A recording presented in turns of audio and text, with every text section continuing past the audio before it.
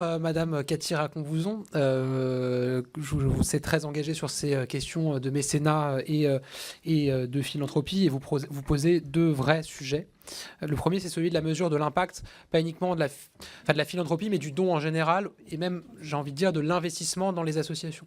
Là-dessus, il y a des pays qui sont très avancés. J'étais il y a quelques semaines en déplacement au Québec, où des études extrêmement poussées, qui ont été portées par les pouvoirs publics, en lien avec des chercheurs, permettent d'objectiver que 1 euro, en l'occurrence, c'est un dollar canadien versé à une association, produit tant de valeur ou tant d'économies. Et on sait que ça existe aussi en France. Un certain nombre d'études ont été portées sur ce sujet-là par le monde associatif.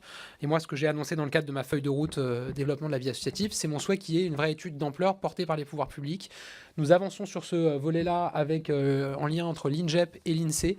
Et moi, je souhaite qu'il puisse y avoir une vraie étude de référence sur ce sujet-là qui permette d'objectiver ce que produit en valeur et ce que permet comme économie l'investissement dans nos structures associatives, dans notre vie associative, en matière de solidarité, en matière de lien social, de cohésion territoriale. Il y a beaucoup de beaux projets qui sont portés par les associations. Il y a beaucoup de bénévoles qui portent des projets dans les territoires qui, s'ils n'étaient pas bénévoles, coûteraient très cher à la collectivité. Et ça, il faut le dire, parce que c'est aussi ce qui permet de soutenir le don. Donc, on va avancer sur ce sujet-là dans l'année.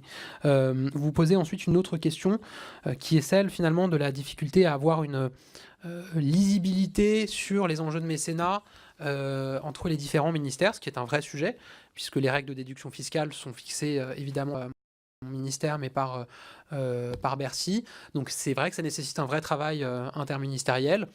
Ce travail, il existe. On est vraiment dans un cadre gouvernemental qui nous permet d'avancer collectivement sur ces sujets-là. Et dans le cadre du printemps de la philanthropie, enfin de l'événement philanthropique que j'organise la semaine prochaine, on travaille main dans la main avec Bercy sur les différentes mesures qui pourraient être portées et annoncées dans ce cadre. Mais c'est un vrai enjeu. Et d'ailleurs, c'est un enjeu plus globalement sur les associations.